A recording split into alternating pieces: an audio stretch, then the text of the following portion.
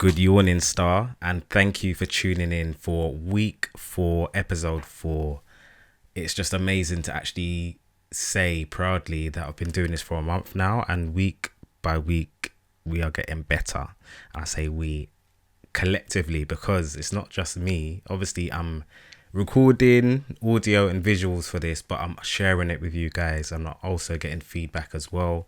I'm going to be going through some of the comments, amazing comments that came through off the back of last week's episodes where I spoke about therapy and my personal experiences and encounters on my journey when it comes to therapy. Yeah, the feedback has been phenomenal. I don't think I've put out any content that is this personal. And yeah, to be honest, I was very hesitant to share a lot of what I shared, not because of fear, but I just felt like I'm not seeing anyone else talk like this or talk about it. And I didn't want it to backfire. I didn't want it to get air either. And I also just was cautious of how people might perceive me as well. But then you get to a point where you're like, you know what? I don't even care. Do you know what I'm saying? This is content that I'm making and I want it to have that impact, the knock-on effect of actually encouraging men to open up and talk more about what they're going through and not just sit with it in silence and suffer in silence, because a lot of us do that naturally. Do you know what I'm saying? So if it impacted one person, then great, job done. This is episode 4. Today we're going to talk about strength in vulnerability and vulnerability's almost relationship with resilience, because I like to look at things a bit more on the positive side. So I would say I'm more resilient than vulnerable. However, I do believe that vulnerability does allow strength to come forth from that. It's all about perspective and action that you take on situations that sometimes are beyond your control. So you can be vulnerable and stay vulnerable on the negative side, or you can be like, you know what, life has happened, but I'm going to use what has happened to my advantage and actually build on top of that, which is resilience, which is the stage that I'm at. Do you know what I'm saying? So many comments were like, more power to you, strength to you, like this is amazing and this, that, rare, tear. And at the time when I was going through certain things, I was down and out. I'm not gonna lie. I felt very weak, very miserable, very negative, very low. And yeah, there's times where I've been on a high and been man did that and I'm still here and I thank God. Do you know what I'm saying? So yeah, it's all about perspective, but I would say it takes time to get to that stage, and we'll go into that as well. So embracing vulnerability as a modern man is a powerful tool and an act of defiance against outdated norms. I was conscious that I didn't want to come across as a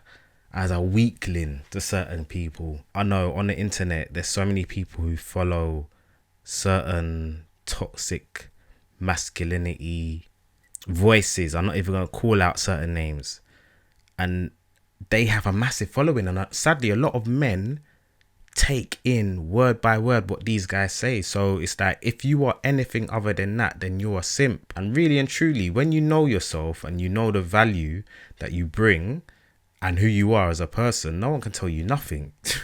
Do you know what I'm saying? And that, to me, that's true strength. That's real strength. Are you gonna follow if a next man says this and you follow every word, and then you tell a next man if he's doing that then you're this? And nah, man, come on, man, I have to fix up. And I know that takes time, that comes with age and maturity, but them things agitate me, and I see it so much in the comments. So I was like, I'll just hope none of them man them try come my way to get me, but then, as I said, it got to a point where I just didn't even care. I just thought, if this helps someone, then yeah, share it. And oddly, it's got the best feedback out of all the uploads promoting this podcast. It's actually got the most, interaction and feedback when I actually shared, openly about my experiences with therapy. And I'm definitely going to do a part 2 to therapy, because it wasn't over. I didn't end then. I tend to free flow or freestyle with these podcasts. I'll create a rough skeleton of what I want to talk about, and then I will go into certain things. But then sometimes after recording I'm thinking, I should have mentioned that or this and that. So I'll definitely do a part 2 just to give more insight into my experience with therapy as well. So let's read some of the comments. every single week I'm going to be reading some of the comments. So if you're on Spotify, please do leave a comment. I'm going to go through some of the Instagram comments this time around because loads came through. But if you are on Spotify, please follow Good Yawning podcast. If you search for Good Yawning with Oliver Greaves, it will come up. If you follow and leave a rating, that would be amazing. We're also on Apple Podcasts and YouTube as well. So yeah, I'm getting YouTube comments too. One of the ones that I pinned, this one is from I Am Shayness. She says, this was powerful. It's so refreshing to see men get therapy. We all need it, of course, but it's so beneficial for men, especially due to them not being always allowed a true space to be emotionally vulnerable. 100%. And again, this is like a spin-off episode of vulnerability. So that comment really resonated with me. Thank you, DJ Milk Tray. Cuz, super proud of you and how transparent you've been with this new project. Yeah. In general, I'm very transparent. If you know me as a person, I wear my heart on my sleeve. I'm a very open book, and I haven't always been that way. And we'll talk about that in this episode, but I am that way. And I also allow other people to be comfortable to be that way around me as well. And, you know, obviously this is online. We all leave a digital footprint. I was very conscious of how much I share, and even now how much I share and give away, because I don't want it to impact myself or other people. But I'm glad that, you know, what I shared has resonated with many, and I'm getting, you know, direct messages, voice notes of people saying thank you. So it's just been amazing to get that feedback, honestly. Carrie, she said, proud of ya, always and forever. You done know, the same way back. Big respects, my brother. It takes a strong individual to share these experiences, and that's from Recon Original. You done know, bro. Yeah, man, it does take a strong individual, but at one stage you have to be weak and actually take in exactly what's happening and actually absorb and have that strong mentality to be like, you know what, all right, cool, I'm learning from that, and then I'm you know, this is what I'm gonna do with it, or this is how I'm gonna bounce back. And that takes time. The utter disregard for how much it took to actually take that step is astounding. Didn't have the best experience with the GP route or talking therapies. I ended up having to do the self-work by myself, shaking my head. In all honesty, everyone that I know who has had good quality therapy, the GP was not their first point of contact, which is so sad when you think about it. Definitely tuning in therapy when paired with the right person is transformational. Thank you for sharing. It is so good to hear men being able to open up. Thank you so much for sharing that. It's true. The GP did me dirty, and it seems like it's a common thing. So real, bro. Love this. Big up Jay Lavish. JD Babes says, very raw and honest. I've had similar experiences with doctors all my life, where they have shown no regard or humanity. I was diagnosed with OCD at 12, and my first doctor just told me to go to Boots and get some calming medication. Sometimes it feels like you need to scream to be heard or taken seriously. Well done for opening up. I responded on that as well. If you're not following me on Instagram, check out my Instagram page, ogreavesx. If you do have any comments, it would be amazing if you actually leave it on Spotify when you listen to the whole podcast. I understand I'm uploading clips and people are responding to that, but it would be good if you actually follow the podcast as we grow, and it, you know, just expands and gets the word out there as well. So thank you so much for those comments.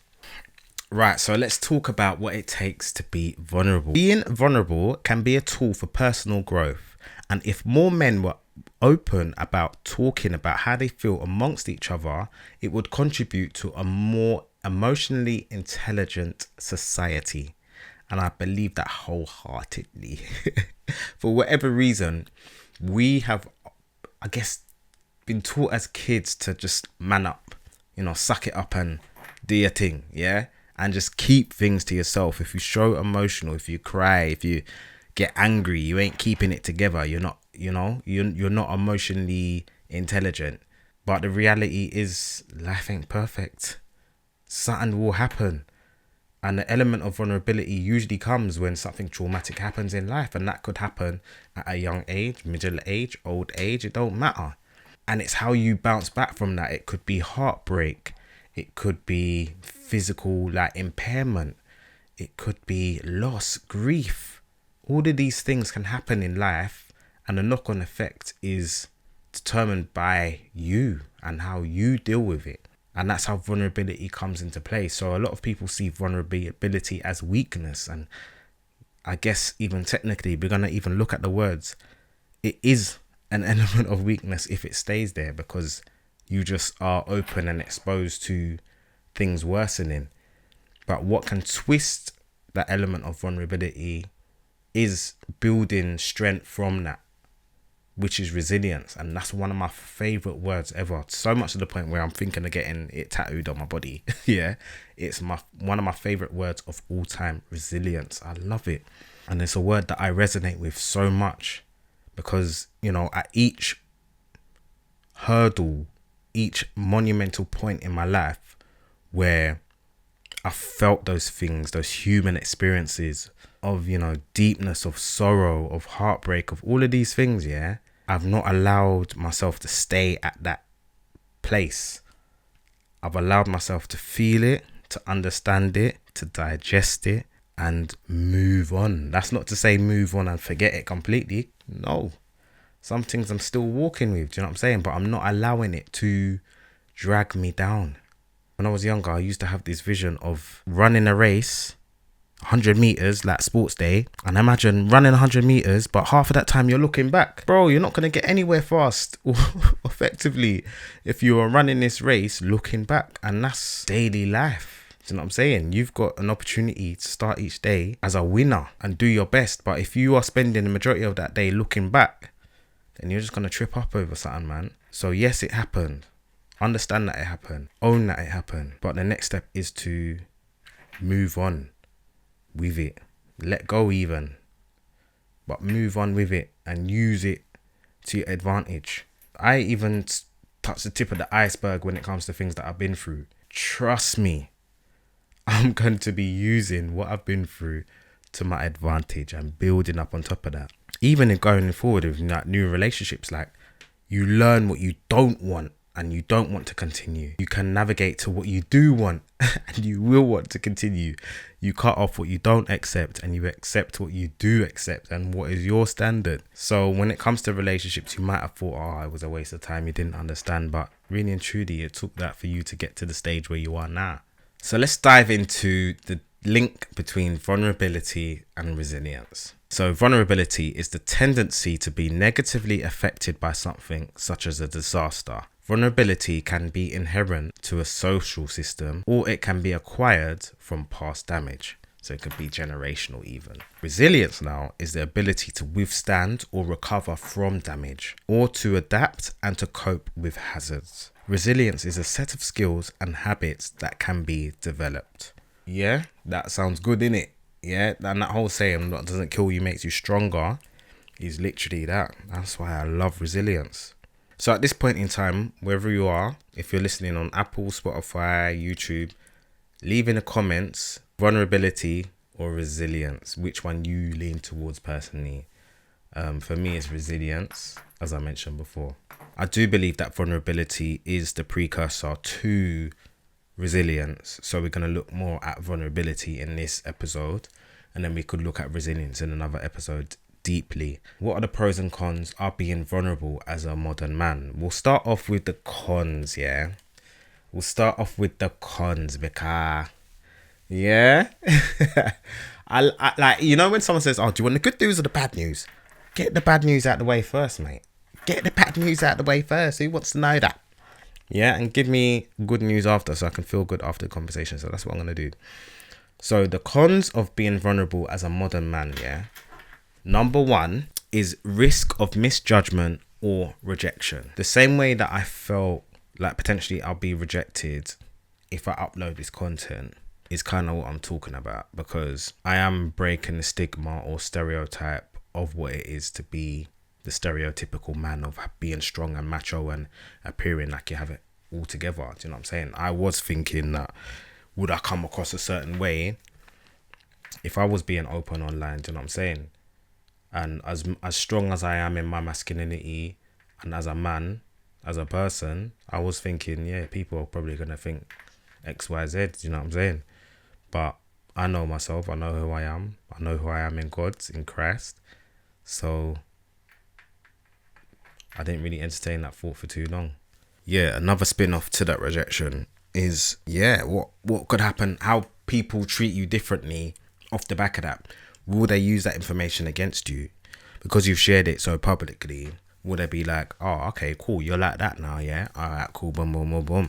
You know what I'm saying? So there's that element of opening up yourself, sharing that information, and potentially the person receiving it slapping you in the face with it, which is a massive con, which is why a lot of people, are like, you know what, I'm just going to keep it to myself because I don't want to be in that position. Do you get me? Number 2, being vulnerable requires emotional effort. So it can actually be very draining.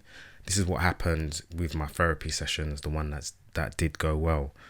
When you're actually talking about experiences that you've been through and being questioned about potentially looking at things from a different perspective, it actually uses a lot of brain power, and you feel so tired after the sessions, which is why I say leave a bit of time both before and after to allow yourself to be ready to have these conversations. And if you ain't got time, or if you're juggling a lot of things and you're walking on thin ice as it is, to then be vulnerable, to add that load of actually making the effort to talk about everything that you're going through, it's quite stressful, It's not an easy task. Like you can say on a surface level, we're just gonna have a chat, whatever. You can, wear that mask. But if you actually deep it and go into the deeper depths, the roots of the issue, it requires effort, brain power, physical power, and you feel drained after, trust me, or I'll go sleep. Third reason why being vulnerable can be perceived as a negative thing is because you then open up yourself to having an internal battle that probably wasn't there before.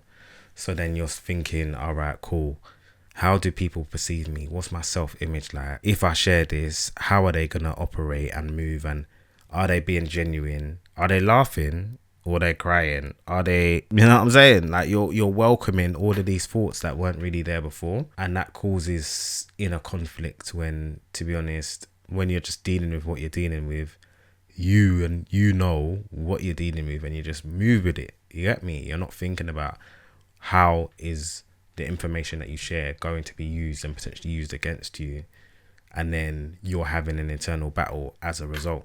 So number 4 is over dependence. So you could get to a point where you're sharing with people around you with no actual intention of moving forward from it, and your way of coping with it is just talking to someone about it and not doing anything. Not to just someone, but I'd say with people around you, and still not doing anything on making that change. So having that dependency on oversharing can be a bad thing.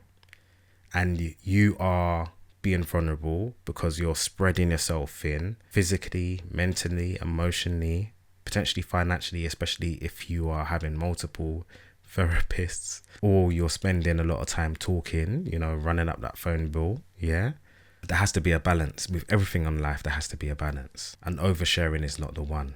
Too much of anything is bad. So it's all right to share, but don't get to a stage where you're oversharing. So I think that's enough with the cons, the negatives about being vulnerable. Let's look at the positives. So the pros of being vulnerable as a modern man are as follows. We're starting off with number 1. It helps to build positive relationships.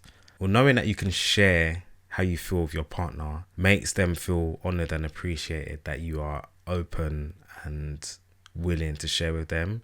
It builds an element of trust. And these things take time. I'm not saying as soon as you get a girlfriend, tell them the whole life story. Or again, these things take time. You have to know the person and trust them well enough to kind of give them your life story. And even when you're sharing your life story, just do it bit by bit, because you have to learn how they operate with that and maneuver with that. And if they actually stay true to that element of keeping that information with themselves and it doesn't get spread elsewhere, I definitely feel that this should only be done with someone who you intend of actually spending the rest of your life with, or family members. But again, you have to really take time to evaluate where the person is in life, who they are as a character, because you don't want to give too much information away and then that gets into the wrong hands. However, we're looking at the pros, and the pros is that it does build deeper relationships. I've usually had a positive response when people have listened to me talk about what I've been through.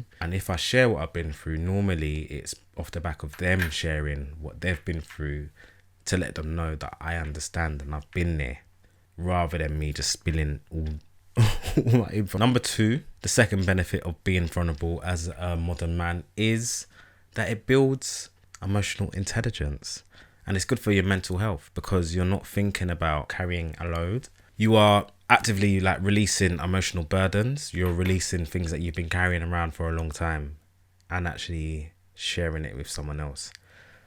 And I've said it several times before, but a problem shared is a problem halved. Talking about it can, divert you potentially away from bottling things up, which when you bottle it up, it can lead to depression and even affect you physically. You know what I'm saying? So yeah, it improves your mental health when you are vulnerable and opening up about what you've been through. A third reason as to why this is a good thing is the fact that it promotes self-awareness and growth. It allows you to check in with yourself. It allows you to actually deep where you are in life and where you want to go.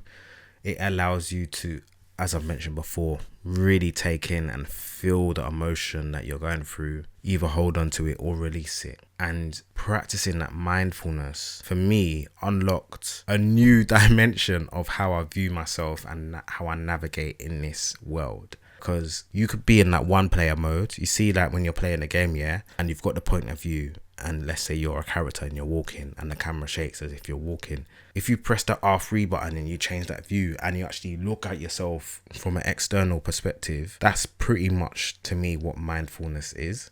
And you check in with yourself. How are you feeling? How are you operating? When's the last time you drank water? Why is your leg, bouncing up and down? Have you got up to walk in the last hour or so? Do you need 3 pillows when you're going to sleep? Why is your neck hurting all the time? When's the last time you worked out? Why do you keep missing your alarm? Why do you keep pressing snooze? Allowing yourself to kind of be real and check in with those elements of, what's happening, and zooming out and looking at it from a perspective of yourself. Looking at yourself promotes positive self-awareness. And I think the foundation of that is being vulnerable, and the foundation of being vulnerable comes from potentially a traumatic experience. It could be rejection, it could be heartbreak, it could be loneliness, could be depression. It comes from somewhere, right? Because I think you could be living in a bubble and something just makes it go pop, and you're like,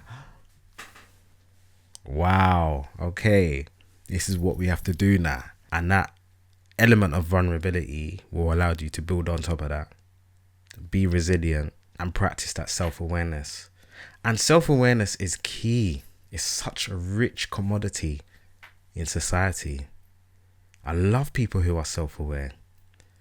And I think if we were all more self-aware, society would be, in a better place. When I DJ sometimes, I laugh. Because when you're DJing, it allows you to people watch a lot for hours on end, yeah. And the amount of people who I see are just clearly not self-aware. Yes, they're probably drinking and getting wasted.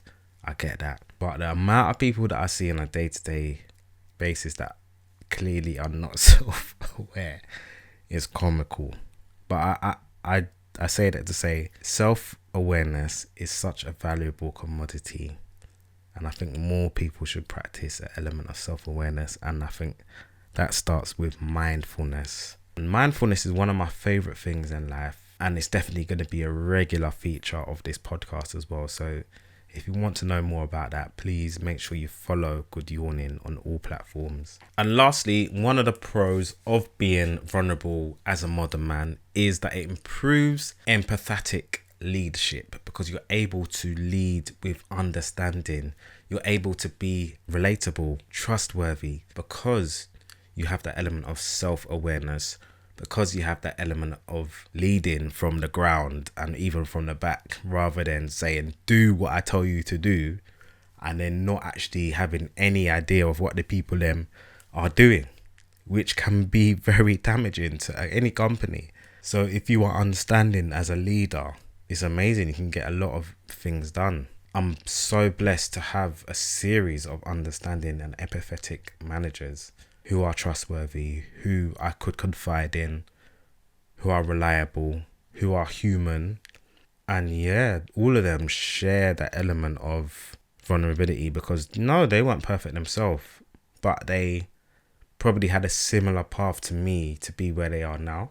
So having understood that, they're able to nudge me in the right direction, potentially see something in me that they see in themselves, and be like, nah, let Oliver take this on, or have this voice type thing. You know what I'm saying? So after hearing these pros and cons, if you are considering being a bit more empathetic, a bit more vulnerable, on the path to resilience, if you are incorporating that in your life, if you're even thinking about getting therapy or opening up or talking about something, here's a few tips on how you can embrace that with an element of balance. Because as much as I went through the pros and cons,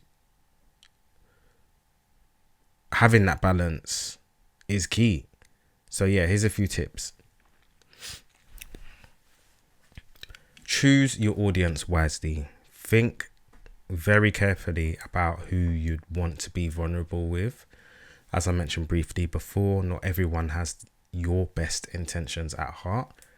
So just analyze those people. Look into personality disorders and different personality types. Yeah. I wish I did this at a younger age, but this is probably my biggest advice to a lot of people who are getting engaged or starting a relationship. Look into personality types. Figure out what personality you are. Figure out what personality your partner is. And yeah, just identify what personalities get on well and what don't. Look for the red flags. Look for the green flags. Yeah, and all of them things there. Outside of a relationship setup, if you're thinking about family members or close family friends, co-workers, managers, whatever, just suss out who the person is that you, or maybe even two people that you really truly trust to open up to. That's why a lot of people go down the therapy route, because there is that element of trust when it comes to talking about things that are deep in your life. And that information will stay with that person, and it's a judgment-free zone. It's a fresh slate, a fresh point of view, a non-biased person that you're able to share with, and they can give you practical tools on what you could do to think about the situation and potentially grow from it and be a better person. Tip number 2 is to start off small. Don't go in with the biggest and most dark thing that's happened in your life. Start off with just something small that potentially is bugging you or has bothered you. See how it is to share that thing. See how it is, when it comes to articulating that thing. If there's something that you need to work on, if there's details that that you are missing, then that you can apply those skills to the next thing that you deliver. If the person that you're sharing with deals with that information one way, at least that you shared something quite small and it wasn't anything major.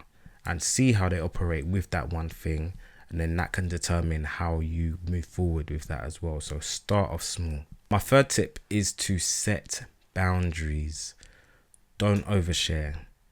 Go in with the conversation knowing exactly what you're going to talk about and what you are not going to talk about, even if you are questioned about it. Yeah, go in knowing that this is the objective of this conversation and this is what you want to get out of it as well.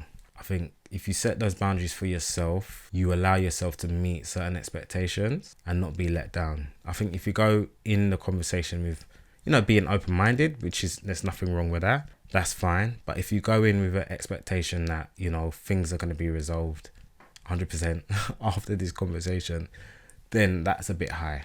But just go in knowing that, okay, this is an example. I want to get this off my chest because it's been bugging me for a long time. This is how I feel. I want to share it with another person to get an alternative perspective, so it's not just in my head. And that's my objective. I'm not going to talk about my ex or what happened with them, but what I will talk about is how it made me feel or how I was feeling during that time. Tip number 4, celebrate the fact that you are evolving in terms of your vulnerability, your walk into being vulnerable. Celebrate the fact that it takes a lot to actually think about speaking to someone about something, because that in itself, it takes a strong person to do that. So yeah, big up your chest. You know, if you book that session, if you send that email, if you have a conversation, if you send that text, if you have a virtual phone call or whatever, just know that you've made a step into healing yourself, which is a major thing because a lot of people don't go past that step. So yeah, big up your chest. Treat yourself to a nice lunch, a breakfast at the cafe, a dinner, whatever, trip to the cinema, a bag, new tracksuit, whatever. Treat yourself and reward yourself for loving yourself, because you come a long way, man. And last but not least, my final tip is to seek supportive spaces. There might be certain groups that are purely set up to allow people who have similar experiences to feel comfortable to talk about what you've been through, that you can connect with. Some people, they thrive in these environments because they're around people who they can relate to and they might not feel alone. Do you know what I'm saying? So that's another step. That's probably the final step. To me, that's a big step, yeah? If you're able to do that and step outside and, you know, actually show face with people who, you know, pretty much done the same thing, it's a big step. But the value in that, the friendships that, you know, that you could build from that, the advice that you can get, the hands-on advice, the real life understanding that you're not alone in this, can really kind of push you in the right direction from remaining vulnerable in a lower state to being resilient in a higher state. So there it is. We've spoken about vulnerability and strength in vulnerability leading to resilience, which is to me the goal. And to me is where I am now and where I am to stay and just evolve from that. So I hope you enjoyed this episode. I hope you found it useful. If you did, please do leave a thumbs up or a heart or follow the podcast on Spotify. I think I've said it 3 times already, but yes, please do follow it. And yeah, share with a friend, man. Share with a friend. This is the second visual episode. I'm definitely going to do these as much as possible. If there's ever a week where I can't, I will upload just the audio version. But I feel like, yeah, recording it is definitely more effective.